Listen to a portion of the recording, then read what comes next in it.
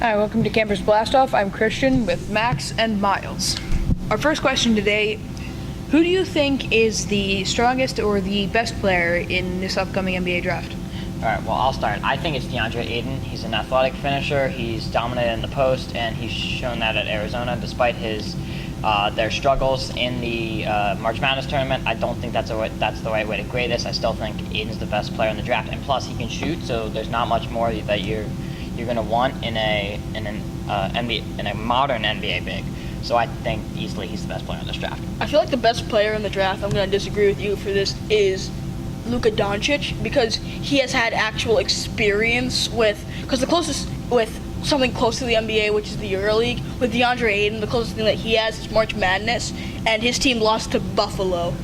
So when it comes to clutch moments or you need someone, you don't have DeAndre Ayton. Plus Luka Doncic, he can play guard, he can play the 1, the 2, the 3. He's a great shooter. I feel an amazing playmaker. He can pass, he can shoot. I feel like almost anything you need, you can get in Luka Doncic, and his upside is off the charts. My only thing about that is that even though he is in the EuroLeague and he's facing some former NBA players, I still think that it's going to be questionable because we all know that sometimes players play in the EuroLeague and then they transfer over to the NBA and it doesn't work. Like, look at Darko Milicic or look at Andrea Bargnani.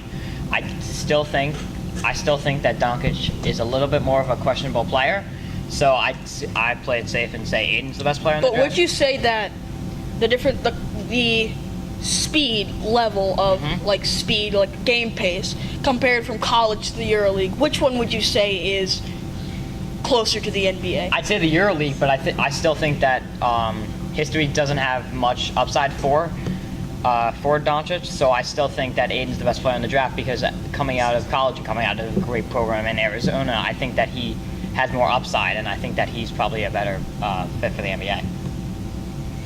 All right, so personally, I have to agree with Ayton, just because of Doncic being in the EuroLeague and the EuroLeague having a history, their players of not doing well in the NBA. But on to our second. But Doncic is a better prospect than Milicic. I mean, think about it. Good point, but Think still. about it, viewers. Think about it. Right. On to our second question. Yep. All right. So our second question we actually got from the viewers. What did for us? Where do we think that LeBron is going to go, basically? So I'm gonna have to go with Philadelphia on this one. I feel like, yes, LeBron, he wants to do something for his kids, but I feel like Philadelphia would be the best case scenario, so he's able to win. He has a good young talent, unlike LA, where, yes, it's LA, it's beautiful and nice, but like the people that are there, like Lonzo Ball, Kyle Kuzma, and Josh Hart, would you want to play with them, or are they too busy making diss tracks? I beg to differ. So I think that Los Angeles is a better place because number one, his family's there. His son just committed to high school in LA. That wasn't confirmed. It wasn't confirmed that it wasn't. But still, confirmed. I think it's a better fit for LeBron because think about it. If the Sixers go after LeBron, think about it. LeBron and Ben Simmons are very similar play styles. They have very similar play styles. If LeBron is taking it up the court, Ben Simmons is standing in the corner. LeBron drives in. He passes it out to Simmons. Defenses know he's not going to shoot, so they don't guard him until he gets some 10 feet into the.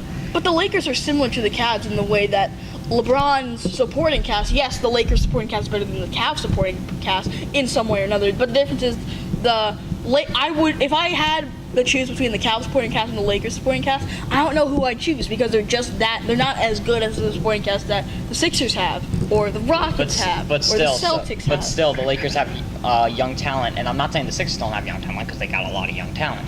But I think that